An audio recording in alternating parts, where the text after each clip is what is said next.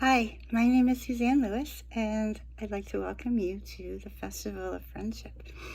We are so happy that you're here and that you're going to join us in this adventure. This evening, after the presentation, I would like you to look immediately to the left of your screen. You're going to see a button that says Sessions.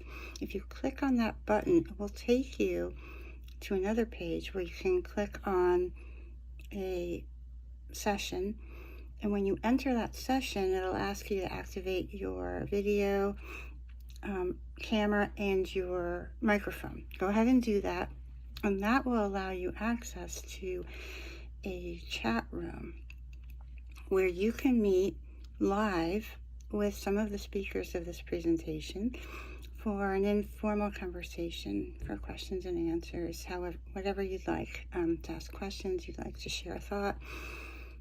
Please take advantage of this possibility because it's the closest thing that we're going to be able to get to meeting in person, which is really the spirit of the Festival of Friendship. We're doing everything online this year because of the pandemic. Another button to the left of the screen is for networking. If you press that button, you'll find yourself able to engage in a one-on-one video chat with another member of the audience. And this is a great feature. It's sort of like running into somebody, if you're at the live Festival of Friendship, with whom you want to speak a little bit, perhaps like running into an old friend. So take advantage of those two features. They are ways that we can foster human connection among ourselves during this time where we have to be separated.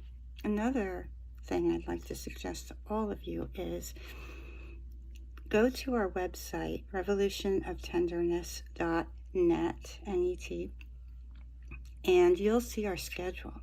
And if you find some presentations or some talks that really interest you, or a concert, call a friend or two or three and see if you could meet together on a patio, perhaps somewhere outside, or if you each want to watch that event separately, you could schedule a phone conversation for after that presentation so that you can discuss it with your friends. These are all ways that we can overcome some of the distance that we've had to deal with during these times. And so just remember, click on Sessions once this presentation is done so that we can get to know you a little better and so that you can ask your questions and become part of the conversation. Thank you so very much. All right, see you soon. Bye.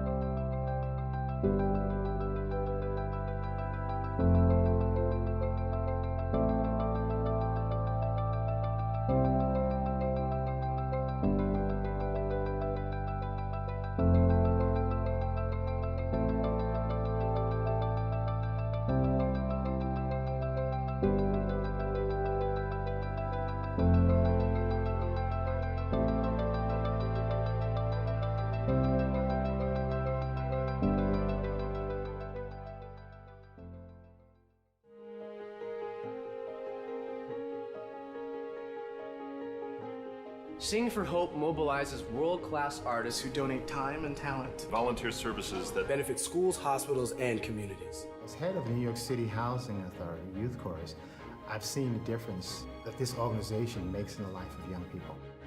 Sing for Hope brings a wealth of knowledge, talent, and education to young people, and the teaching artists that come from Sing for Hope really act as excellent role models, and it really makes a world of difference. I'm a praying man, and I pray every day for the right help, and Sing for Hope is the right help. Where Sing for Hope fits in at Mount Sinai is that they bring what I can only describe as enlightened beauty to the lives of patients who are for the most part, trapped in the hospital. It's more than just the art, the music, the dance, and the singing. They bring the compassion and the humanity because what they bring is people who perform, not a television set that plays music, not an iPod or a radio, but an actual human being whose mere presence proves to our patients that they still matter, despite how dysfunctional healthcare is. It proves to our doctors that the patients are human beings surrounded by a world of culture and art and beauty.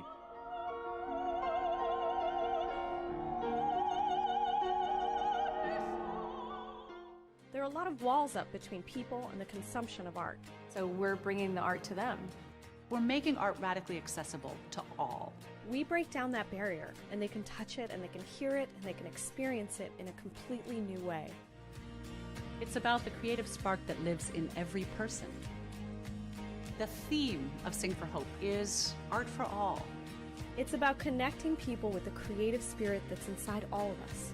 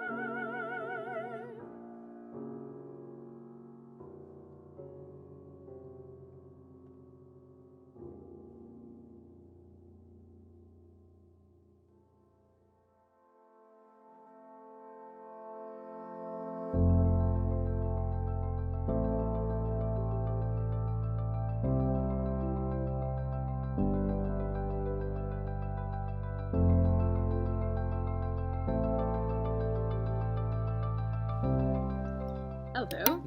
Hello. Good morning. Good morning. My name is Steve Kramp. I am a teacher at John Paul the Great Catholic University, and I'm also serving as the Humanities Chair over there. I'm Elisabeth Kramp.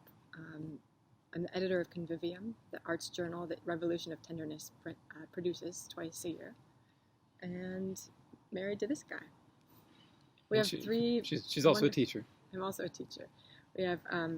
I teach college writing at JP Catholic as well. And we have three sons, Simon, Joachim, and Philip, who are 10, 7, and 5. And they're at school, so we have a few minutes to talk. So it's quiet. And we were asked by our friend Suzanne Lewis, the coordinator of Revolution of Tenderness, to talk about what finds us. And we understood that question as who finds us, because we both are speaking for you as well. In our experience, in our living as married people, as parents, as teachers and writers, we both felt called, and that required a finding, being found. Yeah, we had to be found by someone, not ourselves. For a long time, Liz and I talk about this sometimes, we didn't feel like we needed to be found. I didn't feel especially lost. And this was, of course, my early adulthood especially. I was very content with how things were going, and I thought I'd found everything I needed to find on my own. I didn't need any help. And it was only later on, and certainly in preparation for some of these things that I would take up, these invitations that I would receive from our Lord, only as I prepared to respond to those did I realize that I was not nearly as found as I needed to be. So yeah, we'll talk a little bit about how we were found, how that being found happened for us, and how we continue to be found, how we continue to live out that process of being discovered, being called, and being brought into this greater love, just through the daily things that we're doing as parents, as teachers, as writers. Mm-hmm. Yeah, I think one of the questions that what finds us leads to is, where do we find ourselves? Where do we find ourselves most fully alive? Where are we ignited in our lives? And it's oftentimes in answering what I think of as a call of responsibility, to my family, to my friends, like in responding to their need, which often I can't fix. I can't fix my children's need.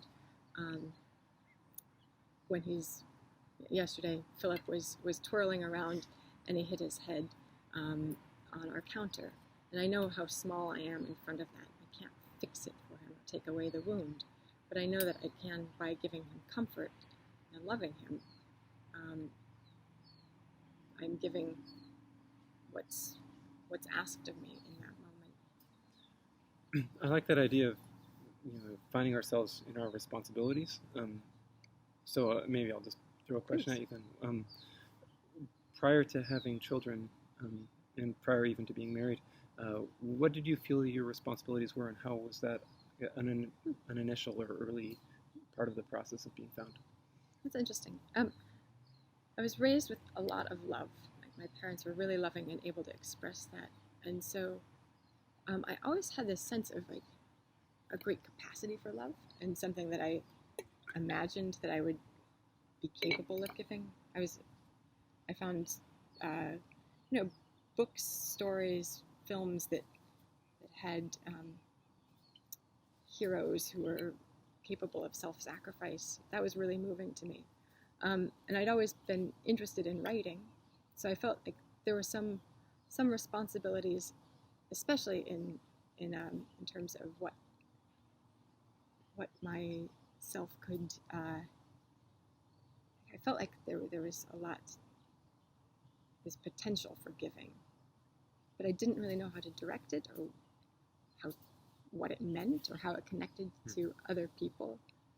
Sometimes I got love wrong. I thought that I was being loving, but my care wasn't always for the other's greatest good. When we tell our love story, which was a story of finding each other, and for me it was a story of a double falling in love with this person, this man, Stephen, but also for the first time in my life, wondering who had given me my life, like who is taking care of me in a greater sense. It wasn't just the universe, universal power giving it to me. It was, in my experience of recognizing Stephen as my husband, because that's what it was. Having a conversation with him many years later, we realized the significance. It was on Easter Eve, early in the morning on Easter Eve, at a philosophy party that we'd both been to, and that neither of us is a philosopher. Neither of us is a philosopher. It was a very boring, really terrible grad student party. Yeah. All these philosophers were hanging around being pontificating. Yeah, they were being really, really abstract. Yeah, and but we weren't. In all that abstraction, there was this connection. I just felt really like I really wanted to know this person, and in that, I felt like I recognized him as, oh, this is the man I'm going to marry. So seeing him as a gift, seeing this opportunity, in a relationship that meant actually for me a great amount of self-sacrifice and humiliation, because I was giving up an old relationship for this new one. And it meant a lot of, I think, purification in order to be worthy of the gift. So you were kind of found, so God began finding you, or he took this new step in finding you through me. Yeah, I wasn't saying that explicitly in front of the camera, but that's how I've thought of it. Because, yeah, it was this double falling in love. Like, who cares about me enough? How am I loved in this way that my greatest desire for love, for a marriage, for a union with another person, was being answered? I don't feel any pressure there at all.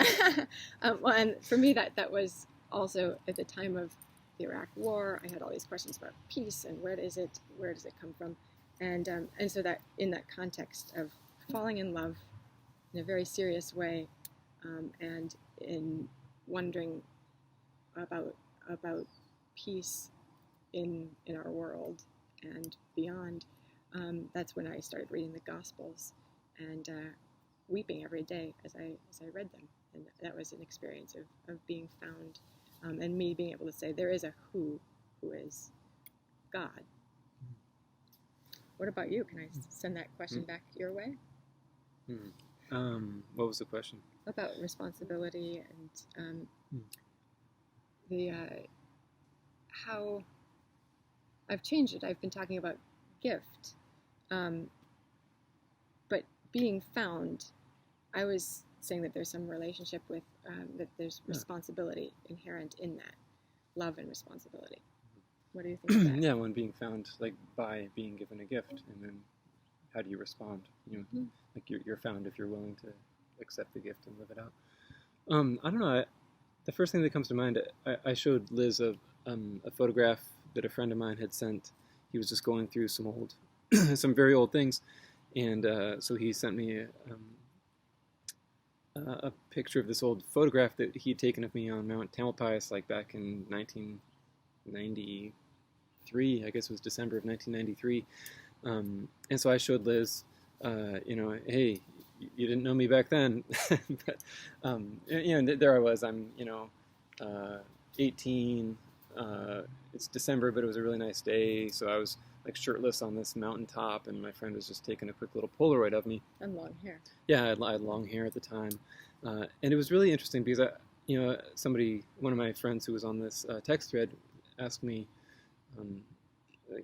asked me about it, or he cracked a joke about it, and I just mentioned, yeah, it's this powerful thing to see an image of myself that I haven't seen in so long, and to now I'm 45, so looking back at 18, it does feel like it was quite a while ago, and I feel a tremendous gratitude. He asked me basically to kind of explain a little bit of what came up for me when I saw that photograph, and I said I feel a tremendous gratitude for having had those experiences and those relationships and those friendships, those gifts that were given me. But I also said I felt, I still feel it. I think I just seen the photo, so I was probably a little bit more emotionally charged at that point. But I said I really feel a sense of loss, and he asked me what the sense of loss might be, a loss of what, and I said it's not just this loss of like physical strength and health and long hair and whatever else I've lost since then. But as I kind of poked at that a little bit, I said I think it's like I've lost that sense of the world, and that like when I was 18 and I just felt like in my head I kind of put it this like the world and I were just like rushing into each other's embrace somehow, right? Like I was like I couldn't wait to have these experiences. I couldn't wait to embrace things that were unknown, and I felt like that was like on some deep level reciprocated, even though I wasn't doing much to live out my Christian discipleship at that point. But there was still this sense that like the world was full of amazing things, and I couldn't wait to see them. The world was full of amazing people, and I couldn't wait to meet them. And I felt like all of this amazing, panoply of things couldn't wait to be found. And so I was kind of more the finder at that point. But that was my sense of things, and I guess I don't really feel that so much anymore. And so I experienced that as a loss. But I experienced it as a loss that has been offset by all these other things that are so much greater. So, we can talk a little bit about vocation. Like, I wouldn't trade parenthood for anything, right? I wouldn't trade my marriage for anything. I wouldn't trade my faith for anything. I mean, and certainly I was, I felt, a greater kind of like horizontal level liberty at that point, as far as, doing things, because I was, just totally unreflective about the spiritual consequences of what I was doing. Morality wasn't really something I was especially interested in considering, but it was still kind of a bracing thing to encounter this image of myself on a day that I can still remember very clearly, this very special day from 1993, and to realize how much I've changed since then. So I don't know. Yeah. Well, and another question that we have on the purview here is, how does a finding unfold? And I think we've both been speaking to that. A finding, for me, the meeting of another person launched a spiritual. It was part of my spiritual maturation, which grew into faith. Like I was doing the small things that develop into faith, reading scripture, looking at people differently. And this predated. Sorry, we got a bug. This predated being a parent, which has been one of my great joys, is being a mother,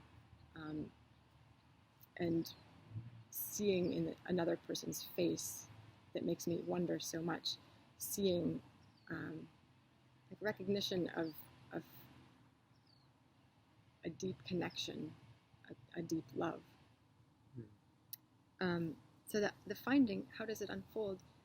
It unfolds pretty naturally because it's living and it's making small decisions that grow into larger decisions about how to live. We had in our wedding, we wrote our own vows in 2007 when we got married.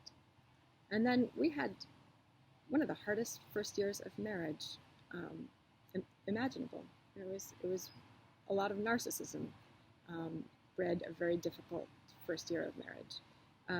Even though we thought that we were really loving and caring for each other, there were things that we still had yet to learn about communicating together, about sharing our life. And so 2 years after we'd been married officially, we said our vows again, and that was a small choice. This was saying the traditional matrimonial vows in the Catholic Church, with a couple witnesses present and a priest.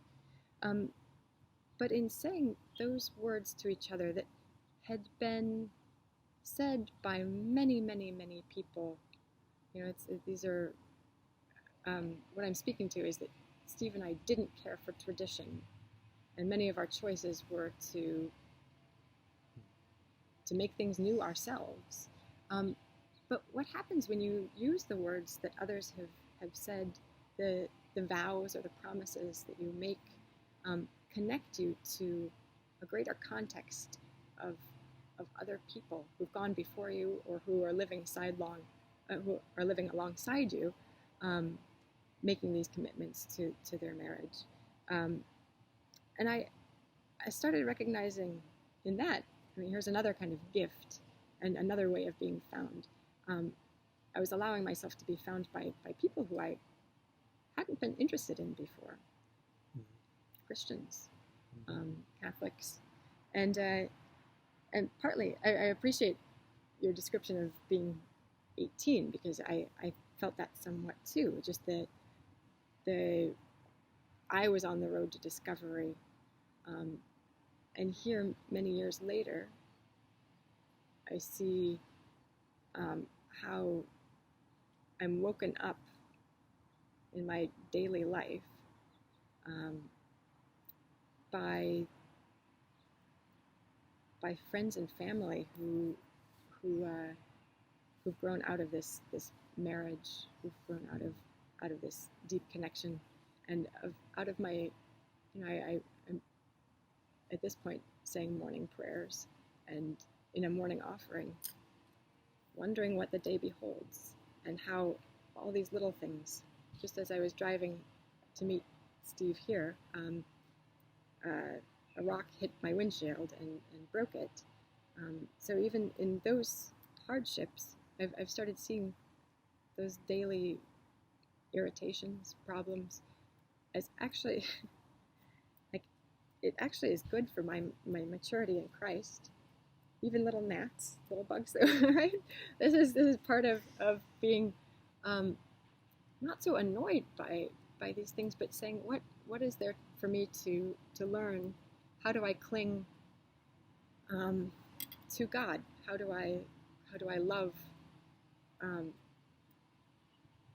through my suffering, great or small? Yep. How do I love the person in front of me, the people in front of me? I think that once I started seeing that our marriage flourishes when we share our problems and when we love each other,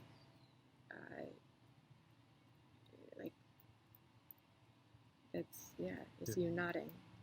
Yeah, well, I was just thinking, like, there's so many ways to answer this question, but like I don't think I could really be found until I was honest about who I am. There's got to be an element of truth, and one of the reasons I didn't want to be found is because I had an image of myself, had a conception of myself, or I'd created this persona that even I was buying into, that kept me from being found, that prevented me from being able to open up to Jesus. And so, in a lot of ways, like those things that you're describing, those are like the rock hitting your windshield is just a reminder that you are not the controller of all the rocks in San Diego, and certainly not in the world. And we get buffeted about by all these things that happen, and it can be frustrating. But it also is so important to have that sense, that more or less accurate sense of who we are in the face of the one who finds us. And that's reminding me, as we were preparing notes for our conversation, we were talking about Zacchaeus being found, and how small of stature he was. He was so small that he climbed a tree so that Jesus, going by on the road, he might have a better view of Jesus. He was thinking of himself, climbing a tree so that he can look down and see Jesus. But what he didn't expect is that Jesus was going to look up and say, "Hey, Zacchaeus, I'm going to have dinner at your house tonight." And when we reread that piece in Scripture this morning, I was thinking about being small of stature, and that it seemed like Zacchaeus' problem, but in turn it became the benefit. It became what allowed him to greet Christ. Well, it's easy too for two people who are at least average height, maybe a little taller than average, to say, "Oh, that's Zacchaeus. That's not us." And then, but that's absolutely, like, when I'm describing myself as being arrogant and fascinated by this mystique I was creating for myself. Like, wow, I was amazed by me, but that was me being small of stature, just on a different level. I might have been 6 feet 2 inches tall, but I on a deep level I was tiny because of my pride. So, and that's why we try to project images of ourselves. That's why we're interested in I mean, whether it's an internet personality that you're constructing, a persona, or a writerly persona. And I found what was important for me in my maturation as a disciple, in loving God, to say that the writing that I do is is for glorification of God. So that really changes what can be said, what is said, what I'm willing to keep on the paper. I'm a writer who drafts a lot, and I keep poems. You know, I've been working on some poems for 12 years, finally fine-tuning them. I haven't published much because I've been needing to discover the work itself and to sound it out.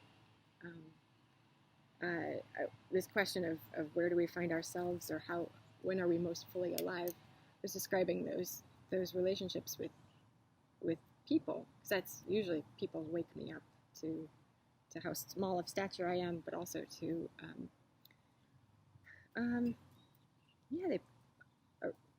a moment with looking in my son's eyes pulls me out of myself. You know, just thinking about, you know, whether it's a poem or what I've got to do today. So I'm always glad, and I'm a social person. So those are the moments that I find, as I said, pull me out of myself. But in the writing, what can happen is that we're enamored with what we sound like, what this mystique, this character one creates, and I've really tried to start anew to make sure that the words ring true, not just because they sound good, but to say, to conserve my writerly voice for things that are true. Yeah, what you were talking about, how our children pull you out of yourself, pull you away from yourself. I was just thinking about that in relation to Zacchaeus too, you know, because we can focus on him being small of stature physically, but but there's also this beautiful honesty when he climbs the tree. Not only is he acknowledging his shortness, but in terms of his height, but also his desperate need to see, his desperate need for something beyond what he gets in his daily life, and so he was drawn by that need to separate himself from the crowd around him, to make himself more available to the gaze of Christ. And I can't help but think that again, that's like what we all need to be doing, or that's what we're all called to be doing, is to acknowledge who we truly are, to separate ourselves and to make ourselves available to our Lord. We don't know exactly how or when he's going to address us, or how he's going to act in our lives, but that's certainly what the people around us can do if we're willing to be honest about who we are, if we're going to live in light of the truth of who we are as best we can. And then love can actually happen, and relationship can happen. You know, it's not, you know, some, you know, amazing pop star walking off stage, you know, saying, "You guys are the best. You guys are the best fans in the world. I love you so much." That's not the kind of relationship that I'm striving to have at this point in my life. 5-year-olds aren't really impressed by that, but they are really impressed if you give them applesauce. And if you listen to them, which is what most of us want as well, to be listened to be loved, to be looked at. I was reminded of a friend recently saying that she used to beg for the things that she wanted or needed, and now she prays to see. And by things that she wanted or needed, she didn't mean always material things, you know, but, you know, for good opportunities, for health, things that are good, things that we do love and that we do want. But praying to be able to see, that struck a chord with me, because I feel like that's what you're saying about Zacchaeus, like to be able to see, you know, to be able to see we can't see with God's eyes, but to be able to see what is most important spiritually, what the significance of our daily actions, what they are, and and how they form in us, the habits that we form. Are they for a spiritual good? Are they a hindrance to that spiritual good? One of the things, so I did, in becoming Catholic, I went through the rites of Christian initiation for adults twice, actually. And the first time, we read the Catechism of the Catholic Church, and I had a lot of misconceptions about the Catholic faith, a lot of things that I was already kind of resisting, even as I was interested in it. But I remember reading about marriage, which is considered a sacrament, that it's for perfecting each other, and for we're striving in holiness together. And Steve, by his wants and needs and being, that like there are rough edges on me, believe it or not, that I find that I'm, I don't. Yeah, when you love someone, you are willing to make sacrifices for them, and you are willing to be changed, and for your idea of yourself to be changed. And that's been my experience in loving my parents, my sister, my husband, my 3 sons. The people I've loved have affected somewhat of this image you're talking about.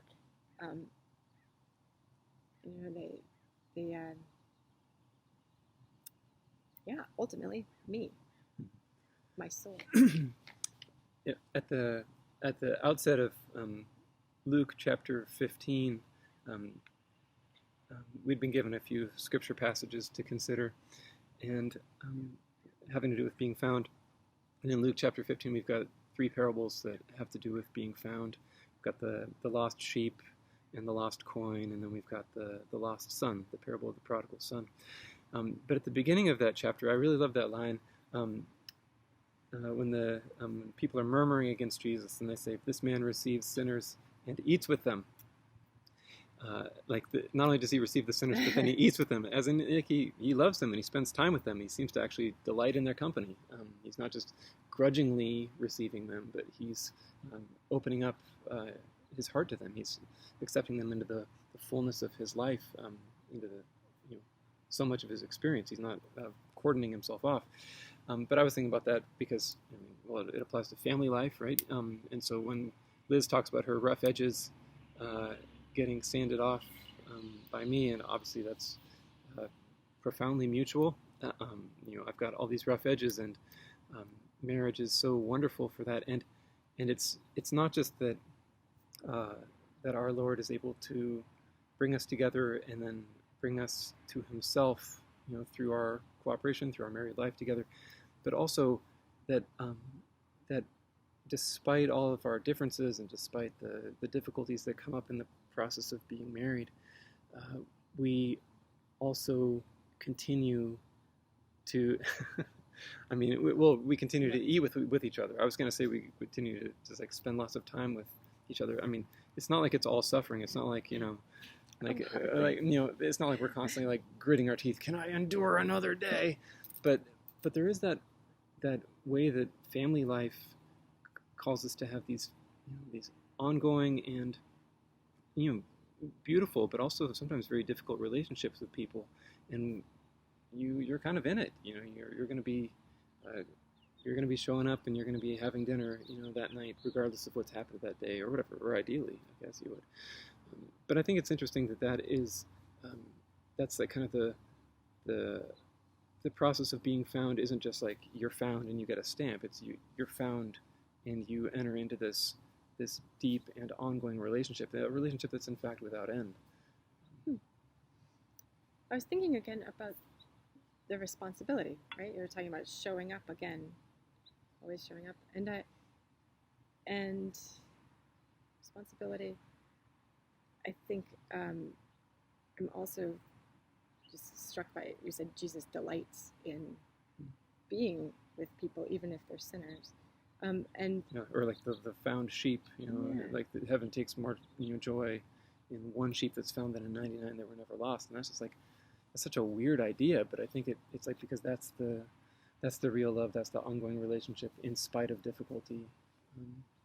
Yeah, the prodigal son, like the joy to meet each other, regardless of, I'm going to use a word that took me a long time to be able to say, but sins, right? And it's because of that delight and joy that I've been able to look at my own iniquities, my own problems and habits that I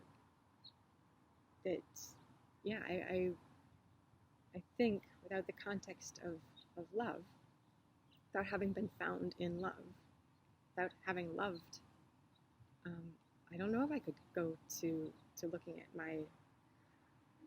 my daily examination of conscience. It would be self-flagellation. It would be what would be the goal?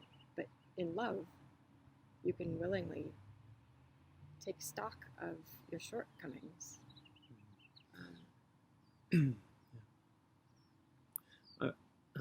I was thinking about the second part of or the second aspect of this that we were told we could talk about. And that has to do with the quote from St. Irenaeus, the glory of God is the human person fully alive. And I'm kind of wondering, I'd be curious to hear your take, Liz, because we've been talking about our daily experience and how we're found through that, how love is in fact, proven by that ongoing love, that commitment and dedication to the other. But I was also wondering, because I was talking about how my daily experience now is very different than it was when I was 18. Mm-hmm. And when I was 18, my daily experience was, it was really varied. It was largely focused on what I wanted to do. And so I'm wondering, do you feel fully alive in spite of all of those limitations or those difficulties that attend major responsibilities like you have? Or does that feel like, in some sense, like you're less alive or differently fully alive?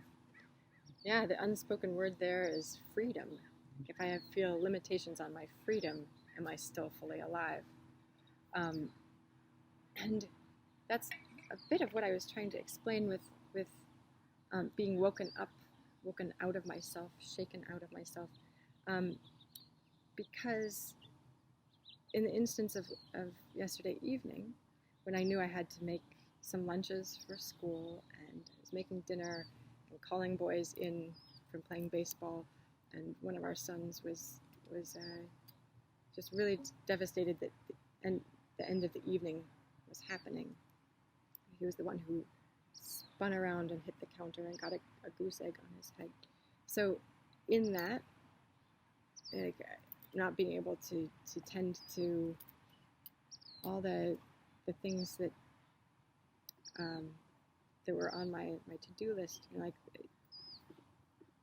changing my plans, changing in the moment, like being called to tend to someone, that might seem to some like caretaking. And we talk about caretaking of elderly or young. It does seem so burdensome to a lot of people who've never done it before, or people who choose not to do it. But for me, it's been a joy, in part because I see how open my heart is to beloved, right? To beloved Philip.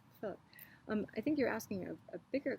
We're already talking about like those quotidian moments, but like, is my freedom limited by being a mother, by being a teacher responsible for reading papers or for wiping bottoms? That's part of my task, or has been as a mother. But those are moments that I oftentimes am finding that there's love even in those activities, even in grading papers. There's a person behind the paper, and there's me a person, and there's a connection. If I'm seeing it as dialogue, this isn't a limit on my freedom. This is what is an answer to my vocation of loving the people I'm given and being with them in various ways. Yeah, I think the idea of being fully alive, it's easy to think, picture like, okay, well, what does that mean to be fully alive? And maybe, we cut to some footage from a Taco Bell ad or something, like where there are a bunch of 16-year-olds, going to the beach and they got surfboards on top of their car, or or the people are at a dance party or whatever, or they're standing on top of a mountain, in 1993, making a face at a friend who's got a camera. It's easy for us to, I think, because of our limited vision or spiritual perception, to think of fully alive as being just a reveling in like mobility, right? Like, oh, I can do this, or I've got this amount of money and therefore I'm fully alive because I can. These new things are open to me that I couldn't afford before. But I think the idea of being fully alive is, I think we'll just. From our perspective now, we see it a certain way, but I don't think that heaven's perspective is the same. And No.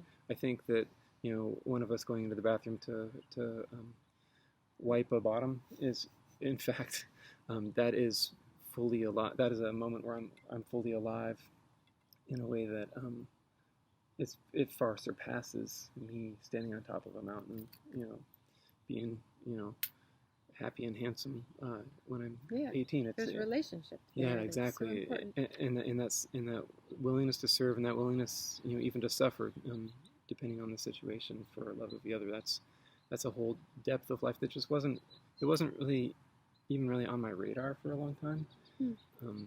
And now that it is, I look back and that's one of the reasons I might feel a sense of loss looking back at myself when I was 18, but I also don't have any desire to go back there, and I don't think it was a superior way of being.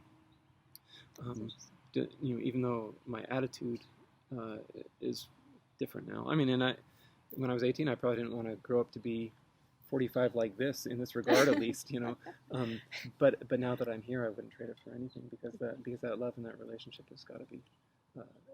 That's where I guess I'm kind of like. I'm gambling on that being fully alive, and it feels that way to me. Like those moments where my heart overflows. I don't remember that happening in the same way when I was young. Yeah, the heart overflowing.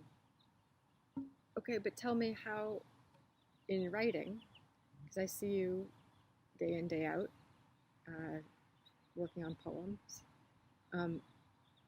How are you fully alive, or what is the activity there? How does that connect with the other parts of your life? I'd be curious to hear your answer to that too. When I was young, I just had this idea, like I wanted to say as much as I could, and I wanted to, I thought it's like my imagination was like some sort of well, and I was just like frantically sticking buckets down the well, trying to see what would flow out. And again, at the time, that was like, I couldn't imagine anything being more fulfilling than exploring my subconscious mind or whatever. Well, you kept a dream journal. Yeah, You're prolific. That was, you have lots and lots of writing that you've done in your lifetime. Yeah, that was. So that was my attitude then, and now it's much more just having a really. I guess there's kind of like a peace that comes with having a sense of purpose and having like a project that I'm really seeing the value in. And so for me it becomes more like work in some sense, but it also is so much more fulfilling because it whether or not I finish everything that I want to do, I have a sense that this is how I should be spending my time. It's not just like a random imaginative flailing, but it's much more like, hey, I've got this particular row to hoe right here, and this is. What is the road to hoe? What is the vision? The row. No, just to finish that book, Holy Saturday, as best I can. And so every single time I start to write, I've got that sense of purpose, for lack of a better word. which is not something that I had when I was younger. So yeah, so how would you answer that? Well, in your own writing. For me, now I do my best writing without paper because I have children, and oftentimes I just found myself, I could editing things in my head while I'm doing the dishes yet again or tidying the house. But usually for me, it's like walking. Walking is important to my process in getting the sound right, the sound of the words. So there are things that I do in order to write, think about places in the house that I write best. I feel like the way that I hope my children will remember me is in my attention to them, not in neglect of them. And so this was just a byproduct of saying and saying and saying my poems aloud to myself or saying them in my head, is that I'm not always on my computer for that purpose. And I think that allowed me to have a more permeable membrane at a time in my life when I'm being called, ages 3 to 5 are so important to a child's development. And so, our youngest is 5. And so those things, and this is also a finding, I found myself, I found a more, I think I've always been serious, but I found a way of seriously doing my work during motherhood at a time when I thought I would be lamenting that I couldn't write poems, that there wasn't enough stillness or quiet to write poems in. So the process has been not necessarily dictated by my circumstances, but my circumstances have given me an opportunity for revising my process, and I think for finding my poetic voice in a much more meaningful way. And as I mentioned earlier, like the test of truth, oftentimes after generating pages of something and then figuring out which are the lines with the most beauty or the most meaning, and cobbling those together and looking at the work again, in doing that, this question of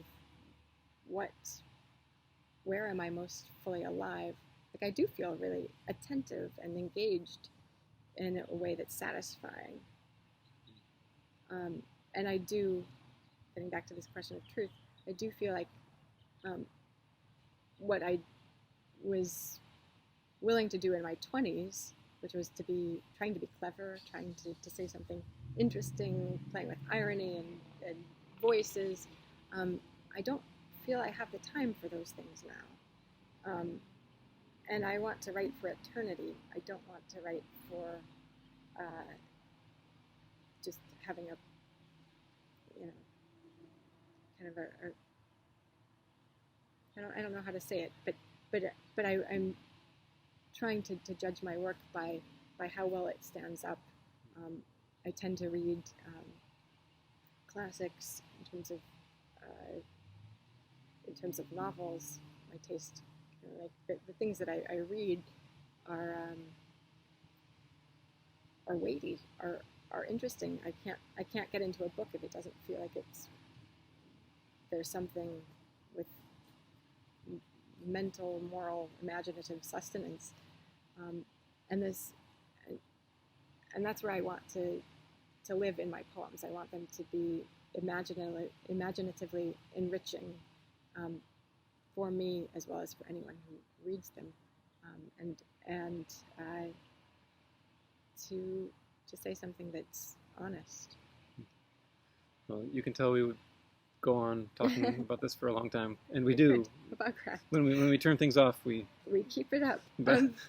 There are fewer gnats, but it's been a pleasure to talk about those things. Did you have anything more to? It's been a pleasure, And we look forward to being part of the Q&A with Deanna Witkowski and Camille Zamora, whose work, they're both showcased in Convivium for the summer-fall issue, and they're also a part of the Festival of Friendship. Bye, everybody. Take care.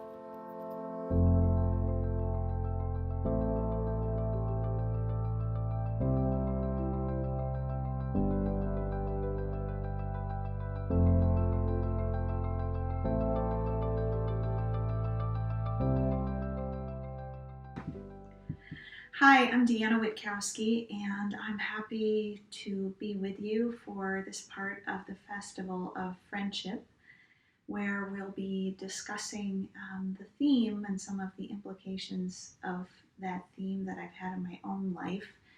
That theme being, you will be found. And I guess when I think of this theme overall, it almost sounds like it's something that can be a little bit passive, like something finds us.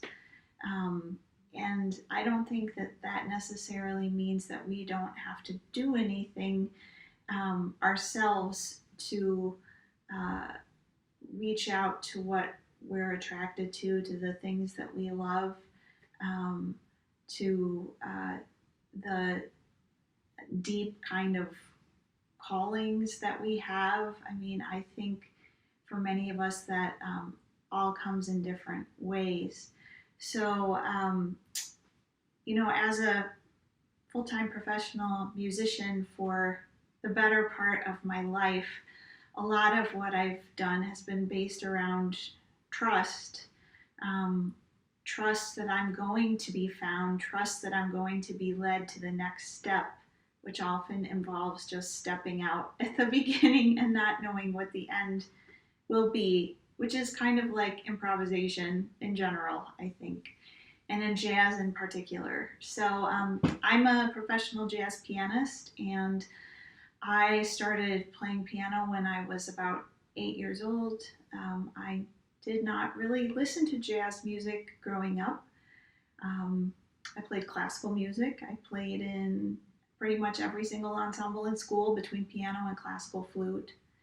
And when I got to college, I had heard a little bit of jazz towards the very end of my high school years, playing in jazz band. And really the only thing I knew about jazz was that it involved not just reading notes that were written on the page, but you were supposed to play other things, and I didn't know what those things necessarily were, or how to learn about those things, what musicians to go and listen to. So when I started college, I went to Wheaton College, which is a Christian liberal arts college outside of Chicago. And I was a classical piano major in the conservatory there. And we had 2 adjunct professors who were both jazz players. And one of them was a great tenor saxophonist named Larry Piniella. So since I had played classical flute, and I knew that flute and saxophone have very similar fingerings, and we had no jazz piano teacher at the school, though piano was my main instrument, so I thought, let me learn about jazz by studying with Larry. So I actually started playing jazz on alto and tenor saxophone first before piano.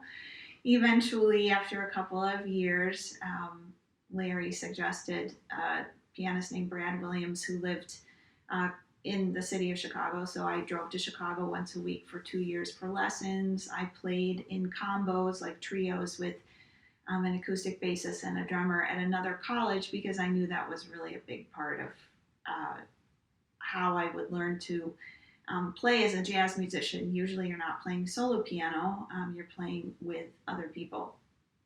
So I really was always, although I felt that jazz music had found me, especially when I started jazz lessons with Brad Williams, and like from my first lesson, I just felt like this is what I want to do. He had me listening to people like Errol Garner and Bill Evans and Blossom Dearie, and I just really fell in love with how the music made me feel. And I also love the fact that I really think there's very intense listening that has to happen in jazz, because you don't know what every next step is going to be. And often, especially as a rhythm section player, meaning as a pianist or say a guitarist or a bassist or a drummer, we're trying to keep maybe the groove going or the overall rhythmic feel going, but we're also trying to play off of each other and support each other, and then solo ourselves. And so it's really an environment where how you listen and how much you stay in the present moment affects what you do next, and affects what happens and affects the whole group and not just yourself. It affects the audience. So I also really try to think about being like a part of the audience, or the audience being a part of the band, because the energy that comes from the audience affects how I play, how I feel. And I also think that especially playing jazz music in small group settings are some of the times where I really feel like it's prayer, because to me prayer is being completely in the present moment and open to listening to what God has to say to me. And the moments when I really feel the most, I won't say outside of myself, but the least self-conscious, I would say, is when I'm playing jazz music with other people. So that's a little bit about how jazz found me and how I continue to find it and how it enriches my life. A big part of my journey over the last 20 years now has been around Mary Lou Williams. And she was a great jazz pianist and composer. She was born in 1910.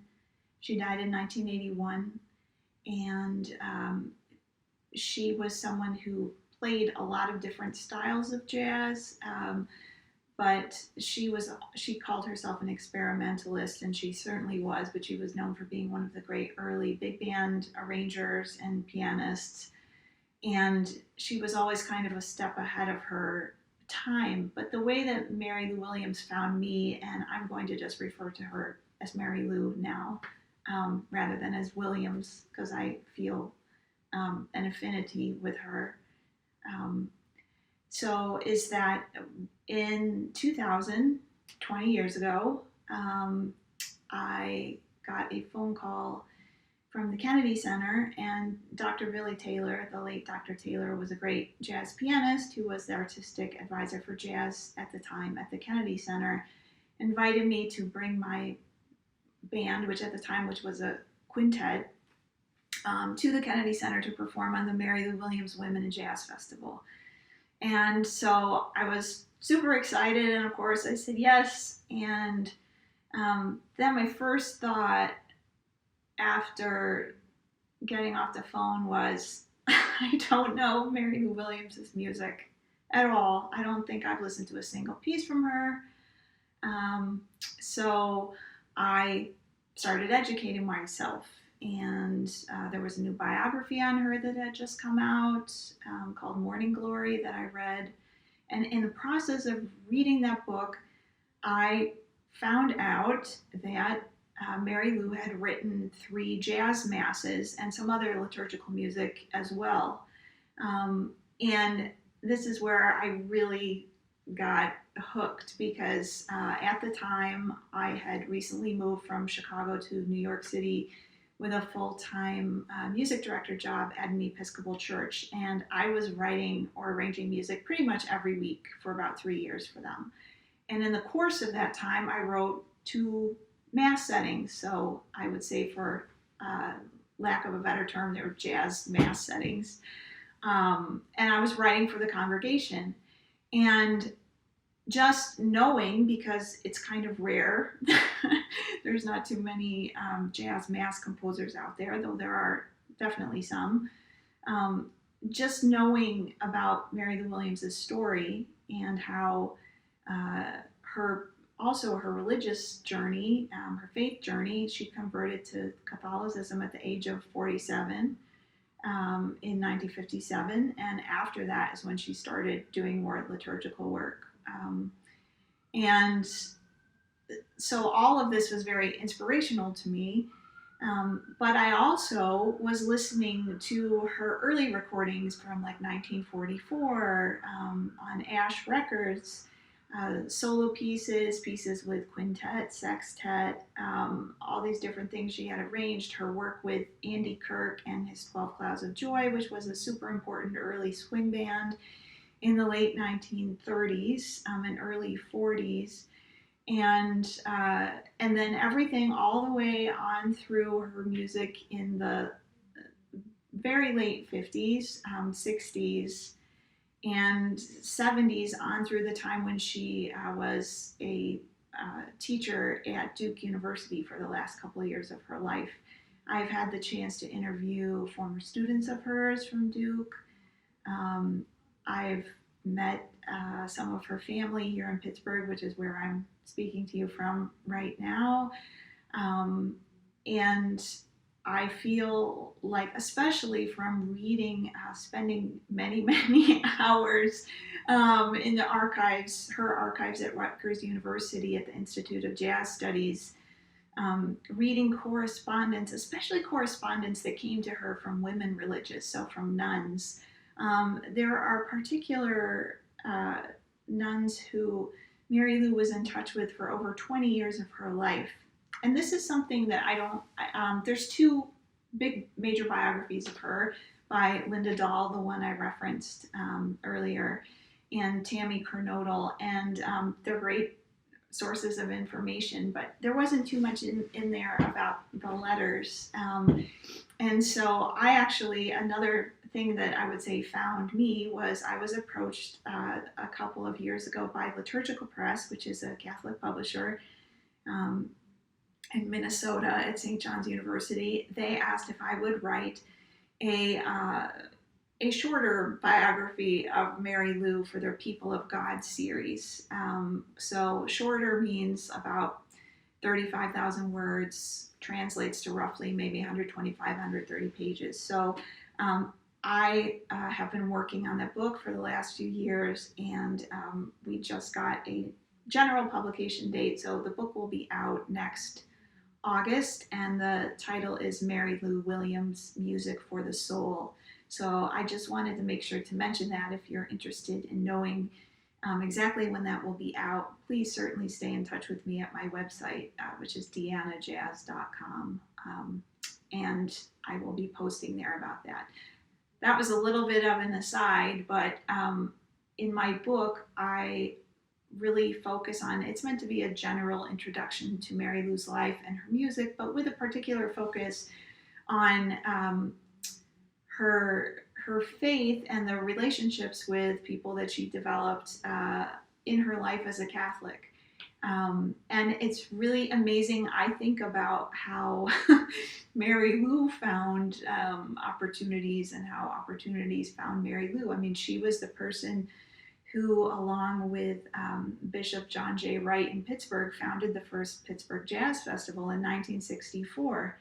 And at that festival, she had some of her liturgical music performed with the then Pittsburgh Festival Jazz Orchestra. These are things that I don't think many people hear about in jazz history, even those of us who are maybe in graduate school programs in jazz. And Mary Lou really, I very much believe, through her sustained correspondence with people, I mean, she was a great letter writer.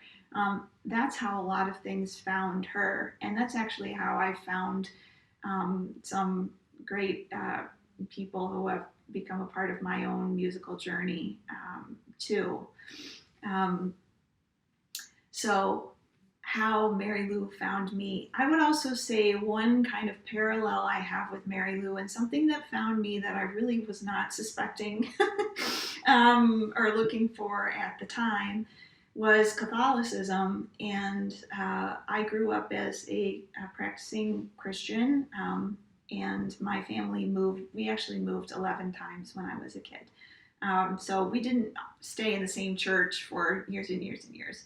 But I grew up Protestant. Wheaton College is a Protestant school. And after I was in New York City in the late 90s, early 2000s, I seemed to keep reading books by Catholics, which is not that hard to do. So I was reading Walker Percy and Thomas Merton and Dorothy Day and Flannery O'Connor a little bit. And I was just attracted, especially to certain things in Dorothy Day's autobiography and in the works of Thomas Merton. And I ended up, long story, but I attended a silent retreat that I didn't expect to be silent. It was a 3-day retreat at a retreat center that no longer exists just north of Manhattan. I went there to hear Margaret Silf speak, and she's a British author and writes a lot about Jesuit spirituality for everyday people. And I had just read one of her books. I was really intrigued by it, and I saw she was going to be speaking on this retreat. So I booked myself on the retreat. I went up there, and it was the first time that I kind of intentionally, or without realizing it would be this way, I realized, wow, everyone here is either a nun or they're mostly nuns, and there were a few lay people. But what I really did not expect was that outside of the times when Margaret spoke to us, like once in the morning, once in the afternoon, that the rest of the retreat was going to be in silence.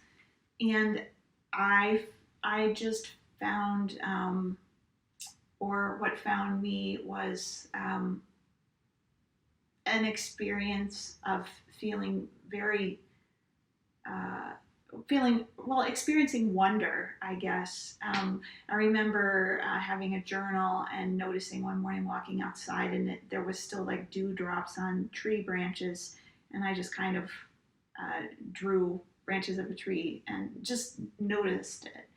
I went swimming in a lake while it was all in silence, and I started thinking of this one hymn tune where the lyrics of the tune are, "Oh, the deep, deep love of Jesus, vast, boundless, free." And that tune, I actually wrote a whole arrangement for my group that I recorded on one of my albums called From This Place, and I tried to make it sound like water.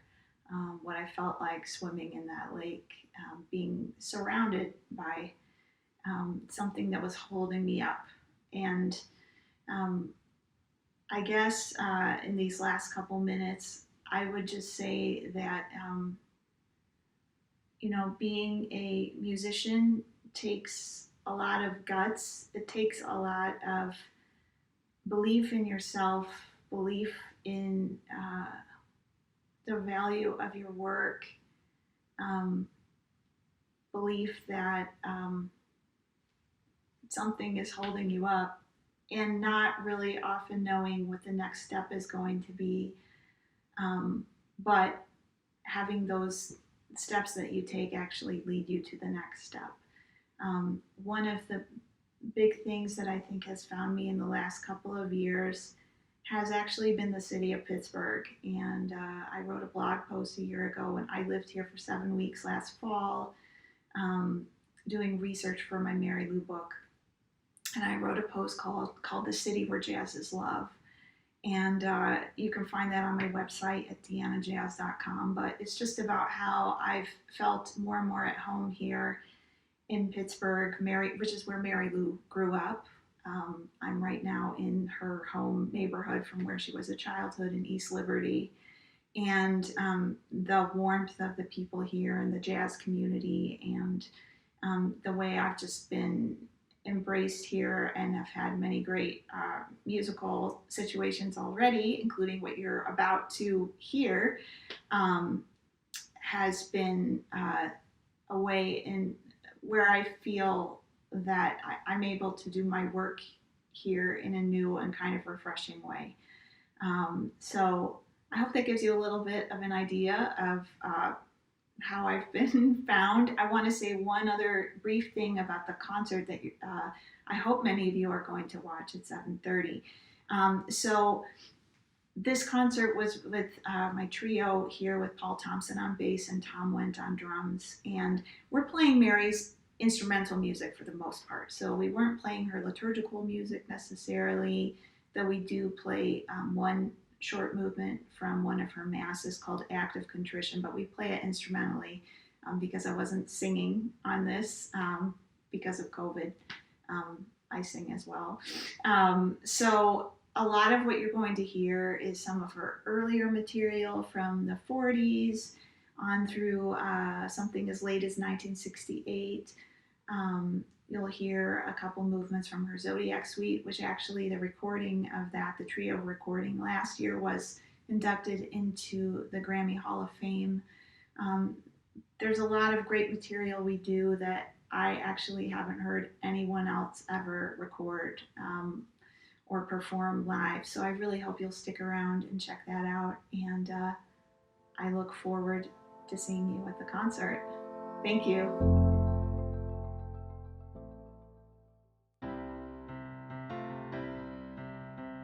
Sing for Hope brings the power of the arts to those who need it most. And today, that is all of us. The pandemic has brought loneliness front and center, and so many are unable to connect with anyone. So we're reaching out to them.